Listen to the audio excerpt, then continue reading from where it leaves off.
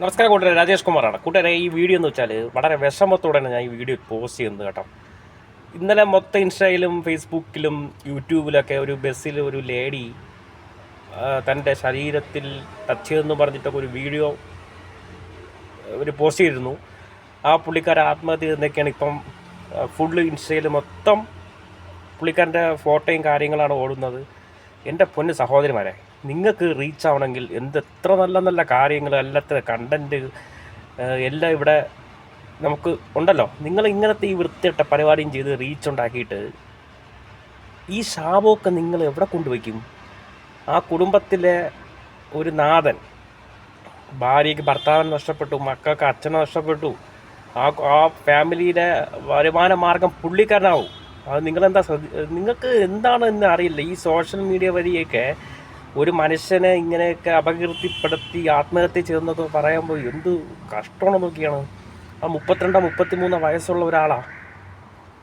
നിങ്ങൾക്ക് ഈ ശാപം ഈ ചെയ്ത വ്യക്തിയുടെ തലമുറ തീരില്ല.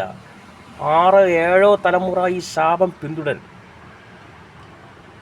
ഒരു മനുഷ്യൻ 32-33 വർഷം ജീവിച്ചിട്ട് ആ വീഡിയോ കണ്ടു കഴിഞ്ഞാൽ എന്ത് സ്പർശനമാണ് അവിടെ ഉള്ളത്. എൻ്റെ അമ്മേ, ഇവളമാരൊക്കെ മറ്റേ ഈ ബോംബെയിലൊക്കെ യാത്ര ചെയ്യുമ്പം എന്തായിരിക്കും അവസ്ഥ?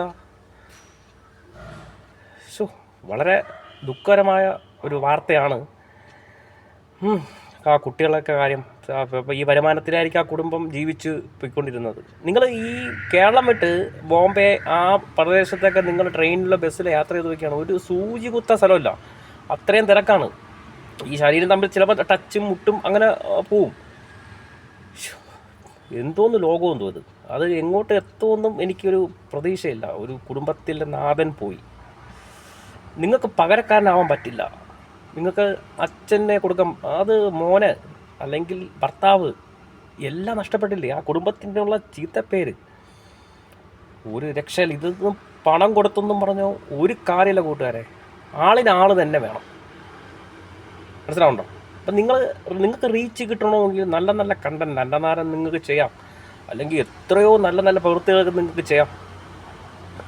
ഇത് എങ്കിൽ പിന്നെ ഇവിടെ നിയമം മാറ്റണം. സ്ത്രീകൾക്ക് പ്രത്യേകം ബസ് കൊടുക്കുക, പുരുഷന്മാർക്ക് പ്രത്യേകം ബസ് കൊടുക്കുക, ട്രെയിനിലും സ്ത്രീകൾക്ക് ഒരു പ്രത്യേക ബോഗ്യം കൊടുക്കുക.